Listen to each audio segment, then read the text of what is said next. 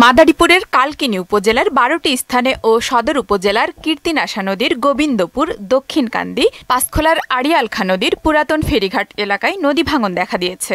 এসব এলাকায় দোকানপাট, রাস্তাঘাট, ফসলি জমি ও বসতঘর নদীতে বিলীন হয়ে গেছে। এছাড়াও ভাঙনের হুমকিতে রয়েছে অনেক স্থাপনা। অনেক দূর নদী ছিল, ৩ ভাঙ্গা দিয়েছে, ৩ ভাঙ্গার পর বাড়ি করছি ভাই, এখন আবার ভাঙে। একবার ভাঙ্গা হয়ে গেছে, ফিরে আবার নদীতে ভাঙছে পর আবার ফিরে আবার মনে করেন আমরা আবার জায়গা কিনে আবার বাড়ি করি, আবার হেও ভাঙনের সময় হয়ে গেছে।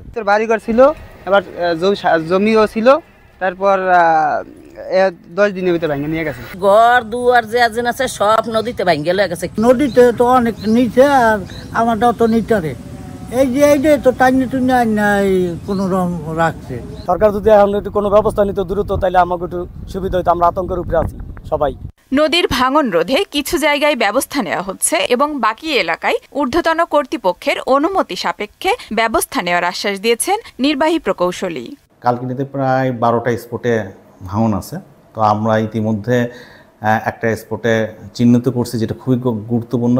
সেখানে তার পাশে রাস্তাও আছে, তাছাড়া জনবসতিপূর্ণ এলাকা। তো এটার জন্য একটা প্যাকেজ চালু হয়েছে এবং ইতিমধ্যে আরও 2টা জায়গায় আরও কাজ শুরু হবে।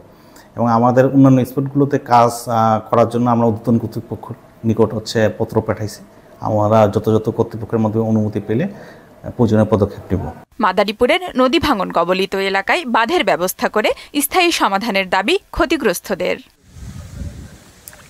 আফরিন পপি, মোহনা সংবাদ। সুদবিহীন ব্যাংকিংয়ে আত্মশুদ্ধির পথ এনআরবিসি ব্যাংকের ইসলামিক ব্যাংকিং আল আমিন।